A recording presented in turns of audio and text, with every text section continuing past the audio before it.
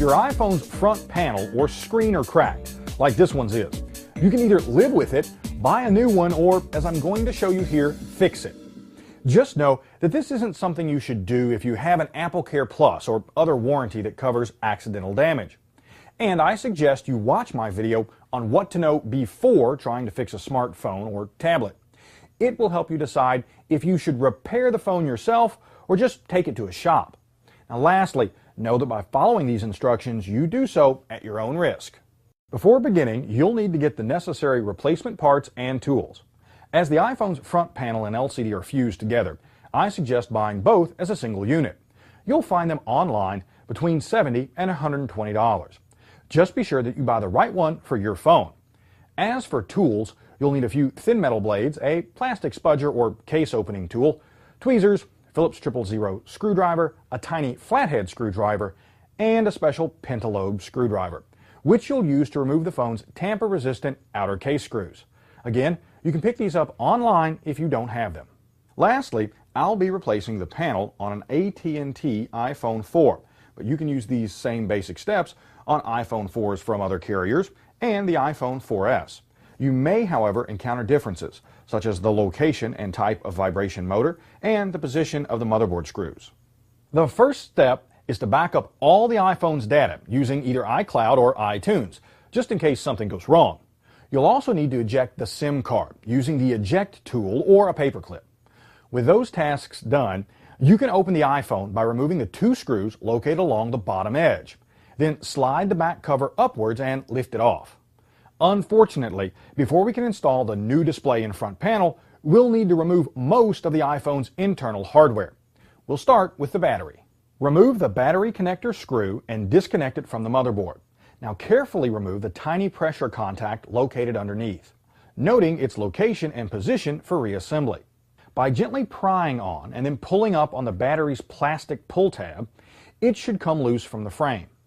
Next, remove the metal shields that cover the upper portion of the motherboard and the docking connector cable. As you remove each screw, note its location.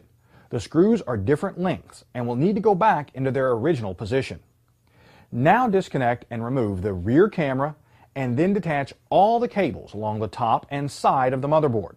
You'll need to gently pry the docking connector cable away from the metal shield underneath. Remove the hidden motherboard screw located under the round white sticker near the battery pull tab, the screw under the docking connector cable at the bottom, and the metal standoff from the top near the headphone jack. Then remove the motherboard, lifting up from the bottom. Lastly, remove the speaker enclosure and vibration motor. At last, we can turn our attention to the broken display assembly. Now, it's held to the metal frame with 10 screws, 3 along each side and 1 in each corner. You'll need to remove them all, keeping track of the washers under the 6 side screws. Now, carefully insert a thin metal or plastic tool between the metal frame and front glass panel along either the top or the bottom edge, and gently pry the panel loose. Now, 2 warnings here. Do not insert the tool too far, or you may damage the phone's other internal components. Also, if the glass panel is cracked, take care not to injure yourself during the removal process. Now, as you pull the panel away from the phone, you'll need to thread its cables through the metal frame. We're now ready to install the new display assembly. So first, remove the plastic film from the back of the display if it has one. Then carefully thread the display's cables back through the frame, making sure not to crimp them in the process. Gently press the panel onto the frame and secure it with the appropriate screws and washers. All that's left is to reassemble the phone by working your way back through the steps we just covered. Start with the vibration motor, then the speaker assembly, the motherboard, the rear camera, the motherboard shields, battery, and back cover. As you work through the process, be careful not to damage any of the small metal contacts on the cable connectors, speaker assembly, or the battery connector's pressure contact.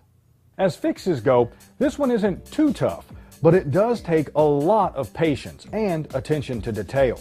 Now, if you have questions about this fix or my cracking open videos, you can contact me through Twitter.